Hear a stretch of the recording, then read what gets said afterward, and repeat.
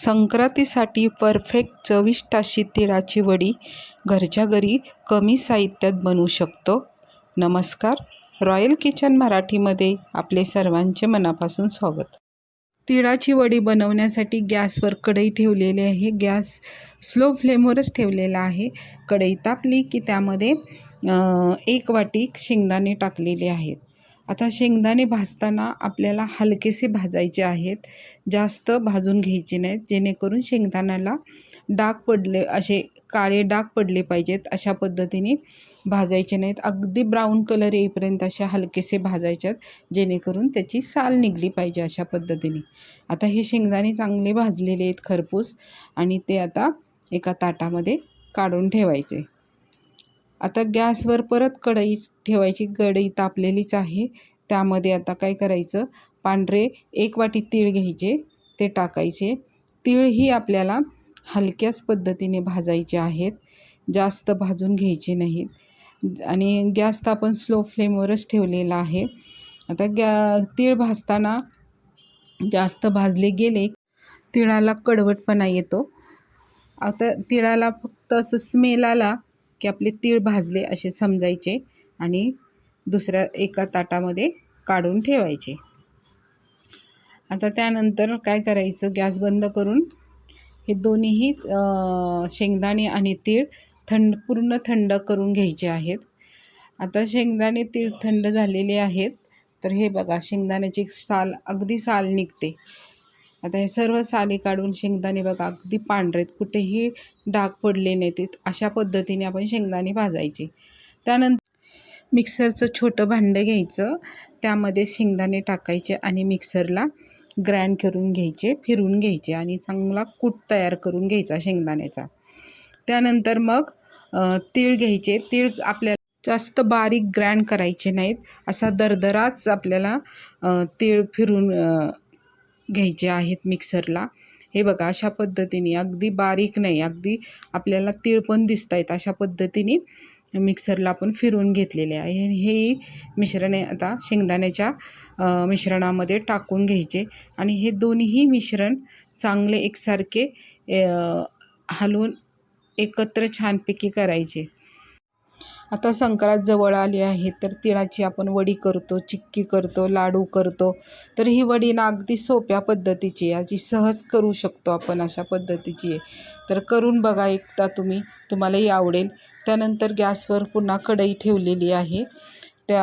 Gas slow फ्लेमवरच ठेवलेला आहे. त्यामध्ये 2 वाटी गूळ टाकलेले आहे.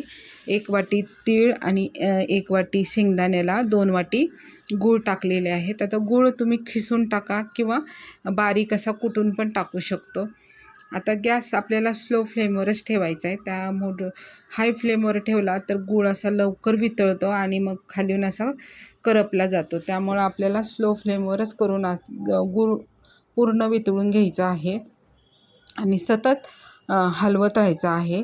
आता हे बघा कसा गूळ वितळत चाललेला आहे.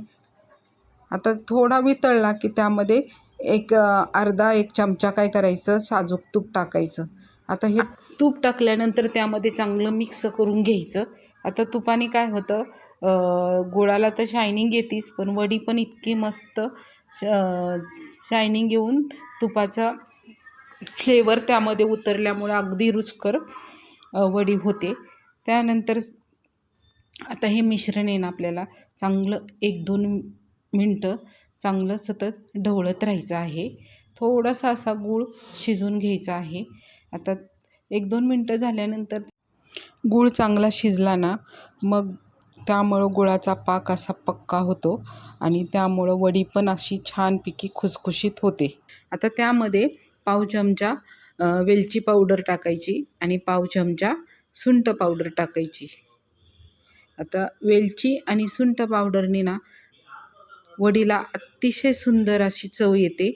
आणि त्यानंतर हे मिश्रण मिक्स केल्यानंतर त्यामध्ये आपण मिक्सरमध्ये बारीक केलेले शेंगदाणा आणि तीळचे मिश्रण गुळाच्या पाकामध्ये टाकून घ्यायचे आहेत, आणि हे सर्व एकत्र चांगले मिक्स करून घ्यायचे. आता हे मिक्स करत अगदी मस्त असे मिक्स झालेले आहेत. आता हेही 2 मिनटं चांगले परतून घ्यायचं, म्हणजे चांगले एकजीव होतात. वड्या पण छानपैकी पडतात. आता संक्रांतीमध्ये हळदी कुंकाचा प्रोग्राम असतो, त्यामध्ये आपण ही घरच्या घरी अगदी मस्त अशी चविष्ट कमी साहित्यामध्ये तिळाची वडी केली तर येणाऱ्या हळदी कुंकाला येणाऱ्या लेडीजला पण खूप आवडेल ही तिळाची वडी.